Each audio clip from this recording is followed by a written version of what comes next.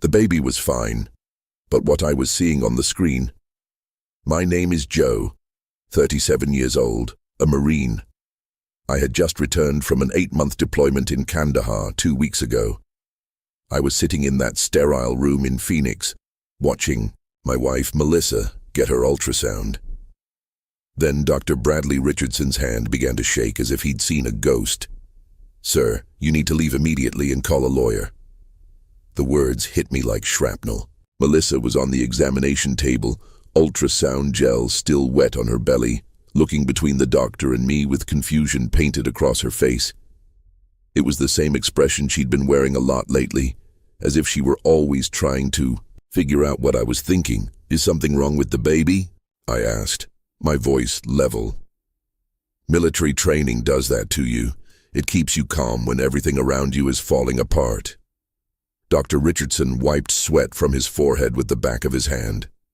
He had been practicing medicine for 20 years, according to the certificates on his wall.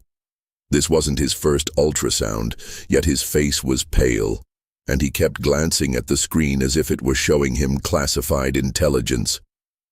"The baby is fine," he repeated, then leaned closer and lowered his voice. "But what I'm seeing on this screen shows 32-week development." The room went silent, except for the hum of medical equipment. Melissa was still smiling, still acting as if everything was normal. She'd been doing that a lot since I got home. "Acting. 32 weeks, I repeated. "Yes, sir." I did the math in my head. 32 weeks ago, I was loading gear onto a transport plane bound for Afghanistan. 32 weeks ago, I was saying goodbye to my wife at Sky Harbor Airport. 32 weeks ago, I was sleeping in a barracks tent on the other side of the world. Dr. Richardson looked at me as if he were waiting for something, a reaction, an explosion. Maybe he expected me to start yelling or throwing things, but I just sat there, processing the information like an intel brief. "Joe?" Melissa's voice sounded small. "What's wrong? Why does everyone look so serious?" I looked at my wife, really looked at her. I saw the way she'd been constantly checking her phone since I got back, the way she'd been talking about the pregnancy as if it were some kind of surprise gift, the way she'd insisted on scheduling this appointment for when I could come with her. She had wanted me here for this moment. The realization settled in my chest like a cold weight. I met Melissa 6 years ago at a barbecue in Tempe. She was a dental hygienist with a laugh that could fill a room. I was stationed at Luke Air Force Base before my transfer to Camp Pendleton. She said she'd always wanted to marry a military man and that she respected the sacrifice and the service. We married 3 years later in a small ceremony at her parents' church. I deployed twice during our marriage, both short tours. She handled it well, or so I thought. She sent care packages, wrote letters, and kept the house running, the kind of wife other Marines envied. When this deployment to Kandahar came up 8 months ago, she cried at the airport. Real tears, not the fake ones I'd learned to recognize from other women over the years. She hugged me tight and promised to be waiting when I got back. "I'll keep myself busy," she said. "Maybe take some classes, fix up the garden."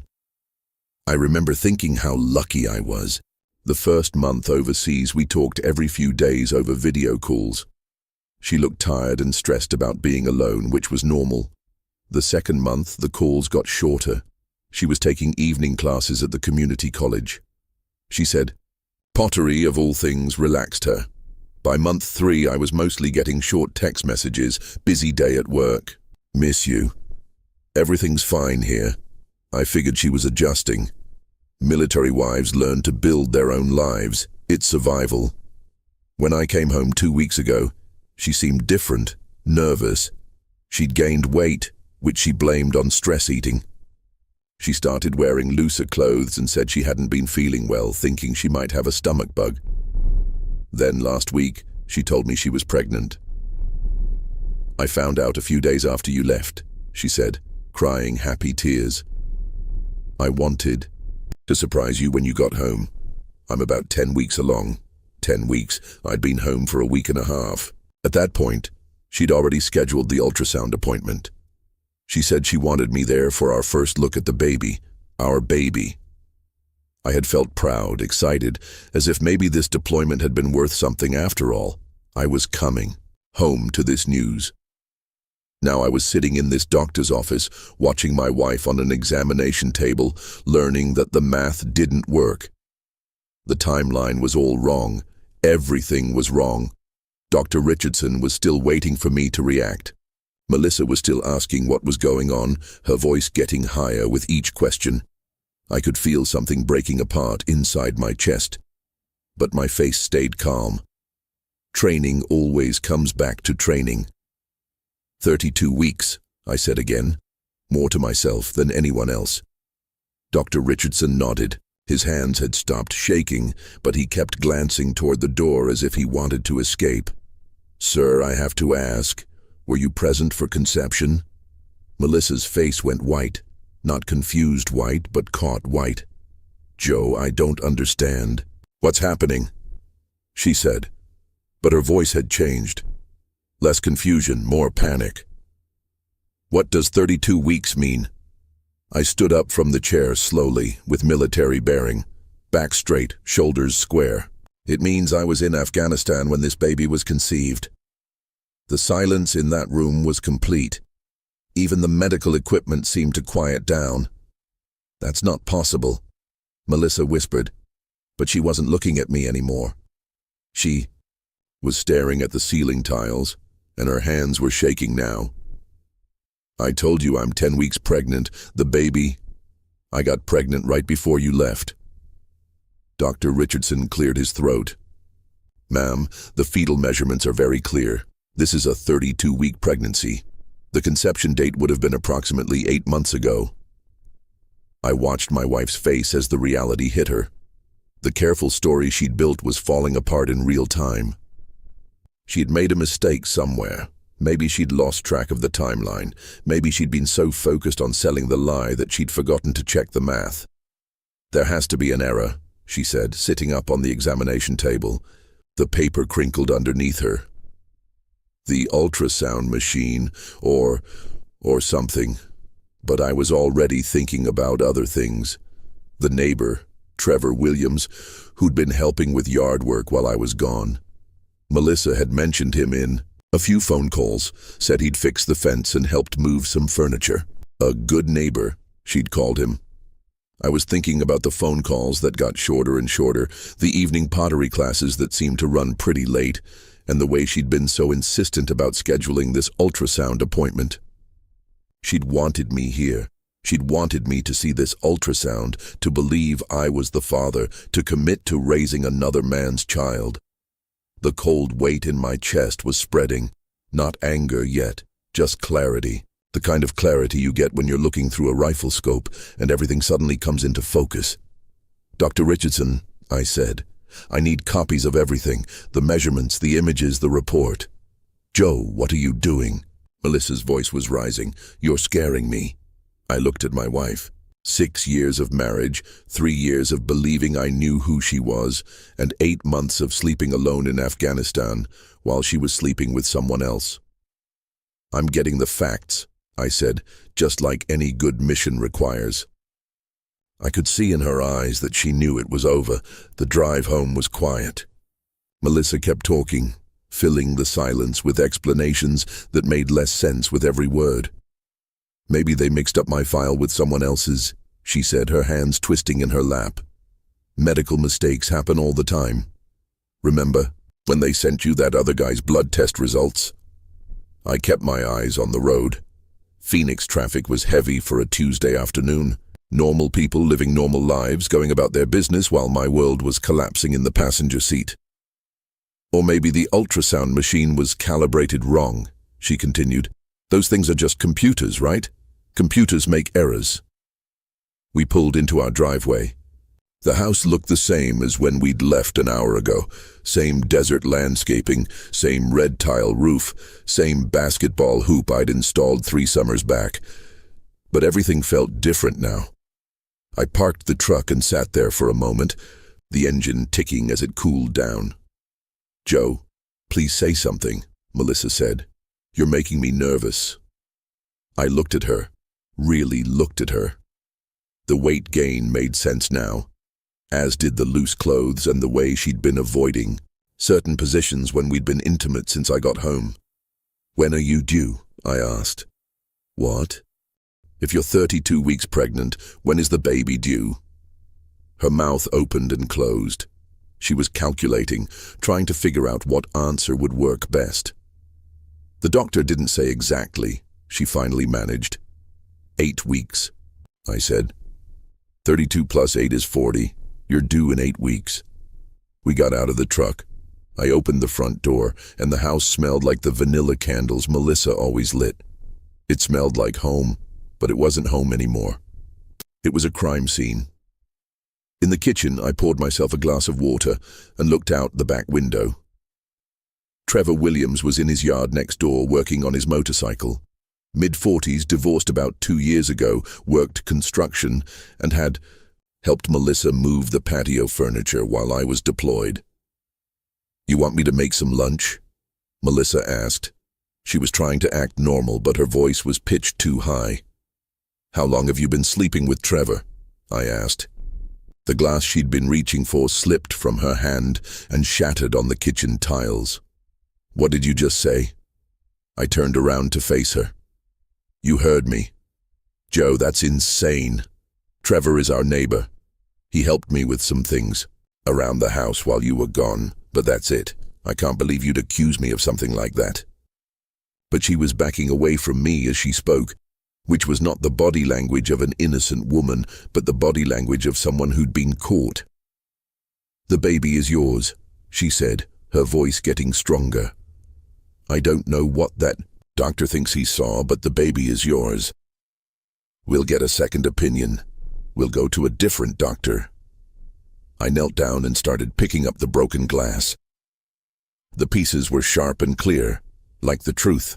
Melissa, I said, not looking up from the floor. I've been trained to gather intelligence, to read situations, to recognize deception. This isn't Afghanistan, she snapped. This is our marriage. This is our life. I stood up and dumped the glass pieces in the trash. You're right. In Afghanistan, when someone lies to you, they're usually trying to kill you. Here, they're just trying to destroy your life. She was crying now. Not the pretty tears from the airport 8 months ago, but ugly, desperate tears. I love you, she said. Whatever you think happened, I love you. I walked past her toward our bedroom. I'm going to pack some things. Where are you going? To get a lawyer. Joe, please, we can work through this. The baby needs a father. I stopped in the doorway. The baby has a father. It's just not me. I spent the night at a motel near Luke Air Force Base. It was a cheap place but clean, the kind of room I'd stayed in 100 times during training exercises. It was familiar territory. At 7 a.m., I called my lawyer, Stephen Parker. We'd used him for the house purchase and our wills. He was a good man, a former Army officer. He understood military life. Joe, what can I do for you? I explained the situation. The ultrasound, the timeline, the mathematics that didn't lie. Jesus, he said when I finished. I'm sorry, brother, that's rough. I need to know what my options are. First thing, we get you a DNA test, establish paternity, or in this case, non-paternity. Second, we start documenting everything. The ultrasound report, any communications you have with your wife about the pregnancy. Third, we prepare for divorce proceedings. What about the house? Arizona is a community property state, but infidelity can affect asset division, especially if she was using marital resources to conduct the affair. We'll need proof. After the call, I drove back to the house. Melissa's car wasn't in the driveway. She was at work, probably pretending everything was normal. I had my key, of course. It was still my house. Inside, I went to our home office. Melissa kept papers in the desk drawer, bills, bank statements, that sort of thing. I'd never had a reason to look through them before. What I found made everything Worse. Credit card statements showed charges at restaurants I'd never been to, hotel charges in Scottsdale, and shopping receipts for men's clothing, size large. I wore a medium. Phone bills with hundreds of calls to Trevor Williams' number, starting about a month after I deployed. But the worst was a receipt from a women's clinic in Tempe, dated 7 months ago, for prenatal vitamins and a pregnancy test. She'd known she was pregnant almost from the beginning. She'd had 7 months to figure out how to handle the situation, and her plan had been to convince me the baby was mine. I photographed everything with my phone. Evidence, intelligence. Was putting the papers back when I heard a car in the driveway. Melissa was home early. I was in the kitchen when she came through the front door. She looked surprised to see me. "I thought you were staying somewhere else," she said. "I came back for some things." She set her purse on the counter and looked at me carefully. "Have you been going through my stuff?" Should I have been? Her face told me everything I needed to know. "Joe, whatever you think you found, there's an explanation." I pulled out my phone and showed her one of the photos. The restaurant receipt from 5 months ago. Dinner for 2, paid for with our joint credit card. "Explain this." She looked at the screen and her face went pale again. "I took my sister out for her birthday." "Your sister lives in Tucson." "She was visiting." I swiped to the next photo. "The hotel receipt." "From Scottsdale. Explain this one." Silence. I swiped again. "The men's clothing receipt." "And this?" She sat down hard on one of the kitchen chairs. The fight had gone out of her. "How long?" I asked. "Joe, how long have you been sleeping with Trevor?" She put her face in her hands. "It's not what you think." "How long?" "Since about a month after you left." Her voice was barely a whisper. "It wasn't planned. It just happened. 7 months, almost my entire deployment." "The baby?" "I don't know. It could be yours." "The timing." "Melissa." I kept my voice level. "You know it's not mine." She looked up at me, mascara running down her cheeks. "What are you going to do?" I was already walking toward the door. Stephen Parker's office was in Scottsdale, 20 minutes from the house. It was a modern building, glass and steel, the kind of place that handled serious business. "Have the evidence," I said, sliding the printed photos across his desk. He went through them methodically. Former military men understand documentation. "This is comprehensive," he said. "Credit cards, phone records, medical receipts. How are you holding up?" "I'm functional." He nodded. He understood what that meant. Functional was sometimes the best you could hope for. "Here's what we're going to do," he said. "First, we file for divorce on grounds of adultery. Arizona allows fault-based divorce, and you have clear evidence. Second, we get a court-ordered DNA test to establish non-paternity. Third, we petition for return of any marital funds used to support the affair." "What about the house?" "With this level of evidence, we can argue for a disproportionate share. She used marital assets to conduct an affair. That matters to judges." "How long will this take?" "Depends on whether she contests it. If she's smart, she'll settle. If she fights, it could take months." I left his office with a folder full of paperwork and a court date 3 weeks away. The divorce petition would be served to Melissa at her work the next day. Professional, clean, no drama. That evening, I went back to the house. Melissa was in the kitchen cooking dinner for 2. She looked up when I walked in, hope in her eyes. "I made your favorite," she said, "chicken and rice. I filed for divorce today." The wooden spoon she was holding clattered to the floor. "Joe, please, can't we talk about this?" "There's nothing to talk about. The baby isn't mine. We'll have a DNA test to confirm it, but we both know the truth." She turned off the stove and faced me. "What do you want? You want me to beg? Fine, I'll beg. I made a mistake. I was lonely and scared, and Trevor was there, and I made a terrible mistake." 7 months isn't a mistake. 7 months is a choice. I love you. No, you don't. If you loved me, you wouldn't have spent 7 months sleeping with our neighbor while I was getting shot at in Afghanistan. She was crying again, but I felt nothing. The emotional part of the situation had burned out somewhere between the ultrasound and the credit card statements. I was going to tell you, she said. When? After the baby was born. You were going to let me raise another man's child for 18 years and then tell me afterward. She didn't answer, which was an answer. I'm staying at a motel until this is settled, I said. The papers will be served tomorrow. You'll want to get your own lawyer. Joe, wait. What about us? What about our marriage? I stopped at the kitchen doorway. There is no us, I said. There hasn't been an us since you decided to sleep with Trevor Williams. I left her standing in the kitchen with dinner getting cold on the stove. Outside, Trevor was in his driveway again, working on that motorcycle. He looked up when he heard my truck start. Our eyes met for a second through the windshield. He looked away first. The courtroom was small and sterile. Judge Patricia Hernandez was presiding. Melissa sat across the aisle with her lawyer, a young guy in an expensive suit who looked like he'd rather be anywhere else. Stephen Parker had done his homework. The evidence was organized, documented, and undeniable. Phone records, credit, card statements, hotel receipts, and the ultrasound report showing a timeline that made paternity impossible. The DNA test results had come back the week before. 0 probability that I was the father.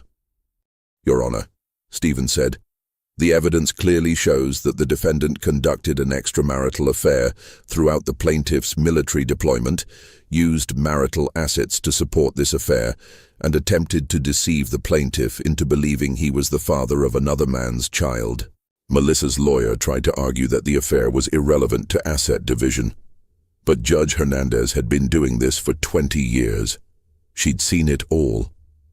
The court finds that the defendant's actions constitute a significant breach of the marital relationship and misuse of marital property, she said.